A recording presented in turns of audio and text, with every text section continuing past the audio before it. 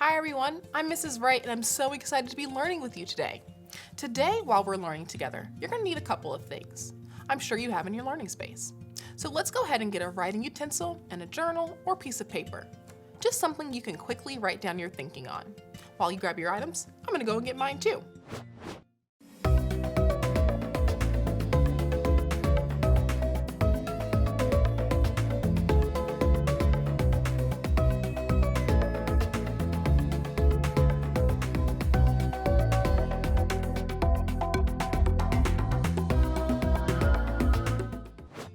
I'm back with my paper and my writing utensil.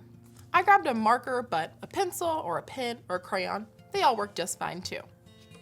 Today, we're going to explore the beautiful world of poetry together. What is your favorite poem? Go ahead and whisper it to me. Nice, that's awesome. My favorite poem is I Too Am America by Langston Hughes. This poem really inspires me because it tells why that he feels as a Black man, his voice matters in our country. As we read our poem today, remember that poems are organized by lines and stanzas. A group of lines in a poem is called a stanza. Just like a novel has sentences that form paragraphs, poems have lines that form stanzas. Each stanza is usually about the same idea or topic. As close readers of poems, we have lots of jobs to do. We've already learned about making inferences and determining theme.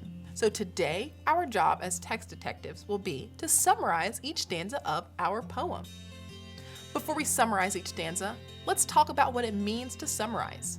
Give me a thumbs up if you know what a summary is. Or give me a thumbs down if you're like, I'm just not really sure. So I see some thumbs up and some thumbs down. So let's go ahead and review together what it is so we're all on the same page. When we summarize a text, we write a brief statement highlighting its main points. So a summary is a brief statement that tells what a text is mostly about. Summarizing a text's big ideas and main points is another important skill that we develop as text detectives. To help us remember what summarizing is, let's go ahead and write it down on our paper with the definition. Here we go. I'm going to write it on my whiteboard so you can see it with me.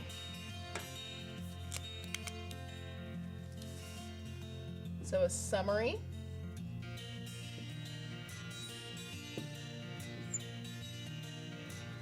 a brief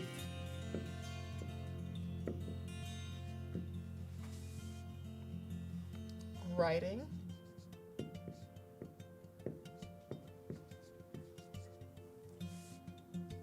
highlighting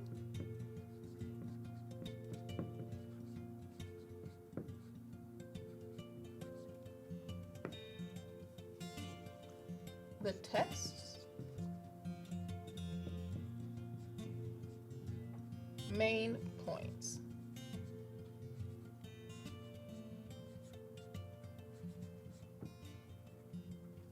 Okay. So why are we spending time even taking notes during our lesson? Don't forget, taking notes during a lesson helps us to focus on the most important information we're learning and allows us to easily go back and to review it. When we're done with our lesson today, I'm going to add this page of notes to my notes on inferencing and determining themes so I can keep the important information I'm learning on these three topics all together. So let's start today by reading our entire poem together. Good readers often read text multiple times to better understand the words in the text and their meaning. A Dreamer's Dream by Bria Wright. Hey, that's me! A dream is a wish we hope it can come to fruition. A dream is our wildest imagination at work, our wildest thoughts and ideas coming true. A dream is a wish for which we hope comes true. A dreamer can dream beyond their wildest dream. A dreamer can dream of a world free of hate. A dreamer can imagine that there are pure hearts among their community. Hearts ready to do twice as much listening as they do speaking. A dreamer can dream that our differences do not polarize us, rather, they unite us. A dreamer can dream beyond their wildest dream. Great reading, text detectives. Now, it's time to focus on our learning goals for today. Today, we are going to do a close reading of each stanza of the poem, A Dreamer's Dream, and summarize the important parts. As we read stanza 1, let's think about what the most important ideas in the text are to help us summarize it. I'll share my thinking with you after we read. Let's read stanza 1 again together. A dream is a wish. A hope we wish can come to fruition. A dream is our wildest imagination at work. Our wildest thoughts and ideas coming true. A dream is a wish for which we hope comes true. Interesting. When I read this stanza, I notice the author is focusing a lot on talking about what a dream is. Since a summary highlights the main points of a text, I know that I don't need to talk about each line of text separately. Rather, come up with a brief summary or statement that highlights the big idea from the whole stanza. And I know as a text detective that it's always a good idea to include textual evidence from the poem to support my thinking. As I was reading, I noticed that the author used terms like wish and wildest to make the point that a dream, no matter how unrealistic, is something we hope will come true. So here's my summary. A dream, no matter how unrealistic, is something we hope will come true. So when summarizing stanza 1, I read the stanza and asked myself, what are the text's main points? So when I asked myself that question, it really helped me to write my summary. So I'm going to write that question down in my notes below my definition of summarize to help me remember to ask it when summarizing a text in the future. Go ahead and write it down with me.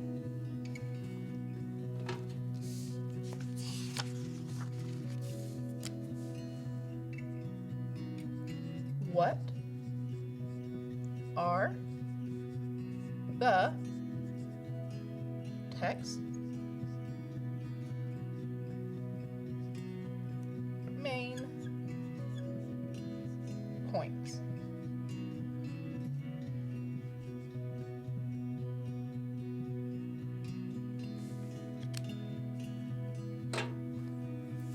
Now that you listened and followed along as I shared my thinking for how to summarize stanza 1, let's use our summarizing skills to highlight the main points from stanza 2.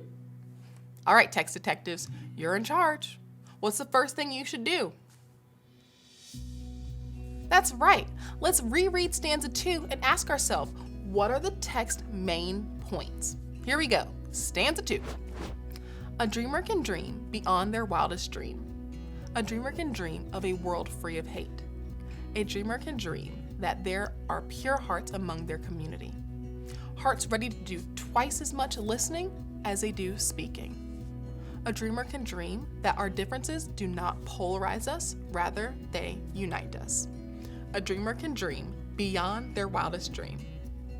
Now friends, it is your time. It's your turn to use your summarizing skills to write a brief statement highlighting the main points from stanza 2 of A Dreamer's Dream. Remember, you don't need to talk about each line of text separately. Rather, provide the main point of the text as a whole. Okay? Go ahead and do that.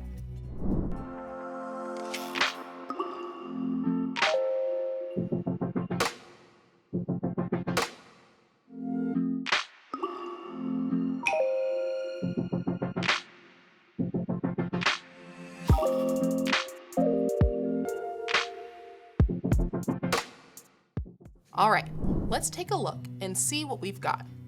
Go ahead and share your summary with me out loud. Make sure you include evidence from the text to explain your thinking. I'm listening. Nice, that's awesome, great job. Let me share with you my summary to see if we are thinking similarly. Stanza 2 is about what a dreamer is, whereas stanza 1 was about the dream itself. The author repeats the phrase a dreamer in stanza 2 and shares that a dreamer is someone who uses their hopes and wishes to bring people together for the common good. I know this because the author states that a dreamer unites people and wants a world free of hate. So if your summary is similar to a dreamer is someone who uses their hopes and wishes to bring people together for the common good, and you found textual evidence to support this, then you're right on track. If your summary is different, then it's not necessarily wrong, However, you just have to be sure that you have strong textual evidence to support your thinking. Wow, great work, text detectives. We're well on our way to building skills that we can use while reading to better understand text. Before we go, let's review what we've learned. Today, we learned what a summary is. A summary is a brief statement that tells us what a text is mostly about. We can summarize any text to help us remember its main points. As you read, watch, and listen to different types of text today, try to summarize each text's main points. Thank you so much, friends, for tuning into today's lesson. I look forward to learning with you again soon. Bye!